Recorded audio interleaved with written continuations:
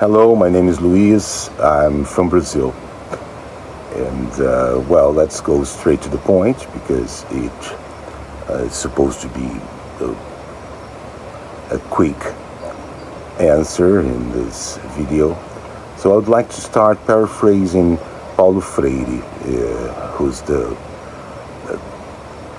greatest Brazilian educator, and he is known worldwide. He says that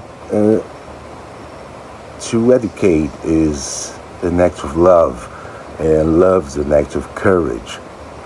And he also says that education itself doesn't change the world. Education changes people, and people change the world. So first of all, I love teaching because education has this power to transform people's lives for better, and it helps to make the world a better place to live. And teaching language, it's not just about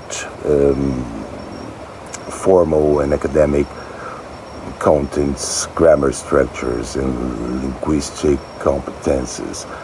It's about connection, and it's about sharing knowledge. It's about sharing experiences, cultural diversity, and points of view about life and the world itself.